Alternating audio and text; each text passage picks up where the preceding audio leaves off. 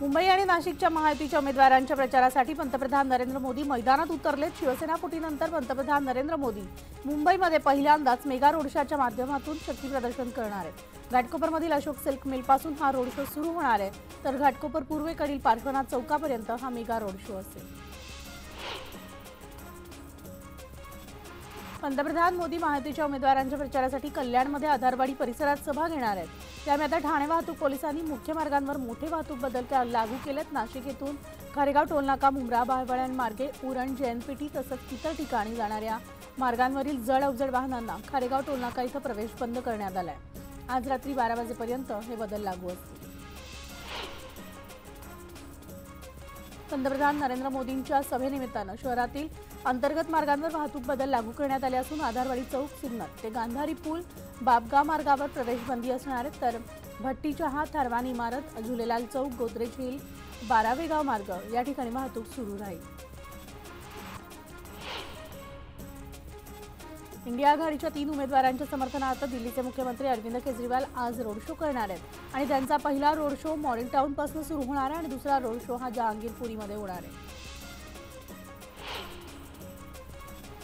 मवियाचे उमेदवार राजाभाऊ वाजे आणि भास्कर भगरे यांच्या प्रचारार्थ उद्धव ठाकरे आणि शरद पवारांची नाशिकमध्ये सभा होणार आहे। मोदींच्या सभेला ठाकरे पवार उत्तर देणार असून यावेळेस ते काय बोलतात हे पाहणं देखील महत्त्वाचं ठरणार आहे।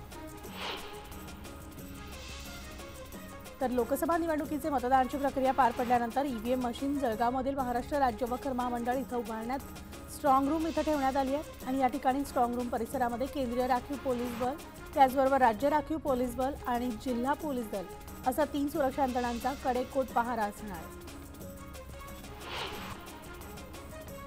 ठाणे लोकसभा मतदारसंघामध्ये ऐरोली आणि बेलापूर कार्यक्षेत्रात वोटर स्लिप प्रत्येक मतदारापर्यंत पोहोचवण्याचा प्रयत्न केला जातोय।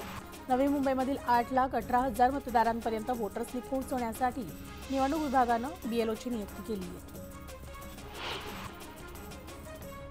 लोकसभेच्या निवडणुकीसाठी मुंबई उपनगरामध्ये 85 वर्षांपेक्षा जास्त वय असलेल्या आणि दिव्यांग अशा 2,735 मतदारांनी गृहमतदानासाठी नोंदणी केली आहे। त्यापैकी आता 2,290 मतदारांनी मतदानाचा हक्क देखील बजावला अशी माहिती जिल्हा निवडणूक शाखेनं दिली आहे। घाटकोपरमधील होर्डिंग दुर्घटनेमध्ये 14 जणांना आपला जीव गमवावा लागलाय, तर अद्यापही मदत आणि बचाव कार्य सुरू आहे। तब्बल 45 तास उलटून देखील या ठिकाणी ढिगारा आणि ढाचा हटवण्याचं काम सुरू आहे। 65 अग्निशमन दलाचे जवान 20 मशीन्सद्वारे ढिगारा हटवण्याचा प्रयत्न करतात आणि नुकतीच तिकडे आग सुद्धा लागल्याचं कळतंय।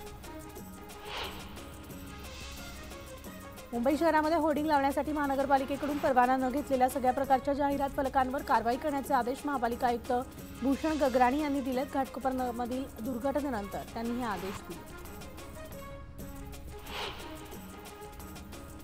मुंबईमधील रेल्वेच्या हद्दीमधील 179 जाहिरात फलकांपैकी तब्बल 99 महाकाय जाहिरात फलक तात्काळ हटवा असे आदेश मुंबई महानगरपालिका प्रशासनानं रेल्वे प्राधिकरणाला दिले असून मुंबई महानगरपालिका प्रशासनाने पश्चिम आणि मध्य रेल्वेला आपत्कालीन व्यवस्थापन कायद्याअंतर्गत ही नोटीस पाठवली आहे।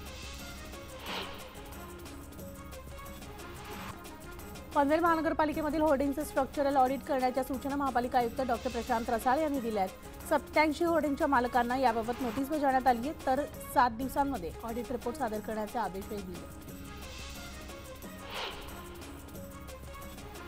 सलग दुसऱ्या दिवशी सोन्याच्या दरात घसरण झाली आहे। सोन्याच्या दरात 400 रुपयांची घसरण झाली असून मुंबईमध्ये 22 कॅरेट सोन्याला 66,750 तर 24 कॅरेट सोन्याला 72,820 रुपयांचा दर आहे।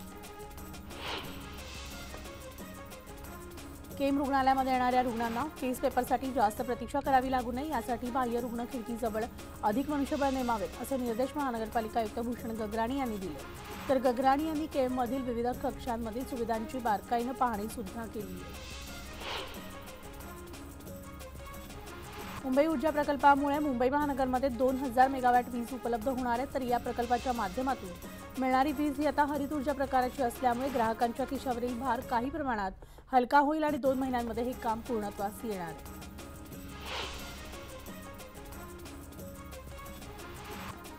तर मुंबई महानगरपालिकेच्या आरोग्य आणि कीटकनाशक विभागानं विशेष मोहीम हाती घेतली आहे। त्या अंतर्गत मलेरिया, डेंग्यू पसरवणाऱ्या डासांची 300 पेक्षा अधिक उपत्ती स्थळे नष्ट करण्यात येत आहेत। डेंग्यू पसरवण्यासाठी कारणीभूत असलेल्या 5,000 पेक्षा जास्त आस्थापनांना पालिकेकडून नोटीस बजावण्यात आली आहे।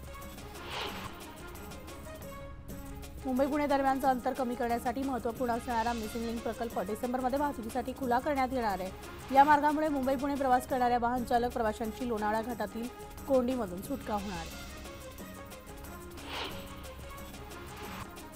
पिंपरी चिंचवड शहरामध्ये नवीन वाहनांची भर पडणार आहे, तर पिंपरी चिंचवड उपप्रादेशिक परिवहन कार्यालयाकडे यावर्षी नव्यानं 5228 वाहनांची नोंद झाली आहे। यामध्ये 1521 चारचाकी आणि 3083 दुचाकींचा समावेश आहे।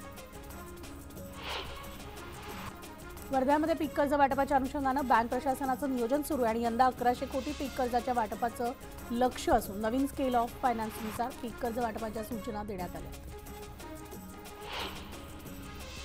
सोलापूरमध्ये खरीप हंगामाच्या पार्श्वभूमीवर कृषी विभागाची तयारी पूर्ण झाली आहे। यंदा पाऊस चांगला पडण्याची शक्यता आहे, त्यामुळे खरीपाच्या क्षेत्रात आणखी किमान 30,000 हेक्टरनं वाढ होण्याची शक्यता आहे।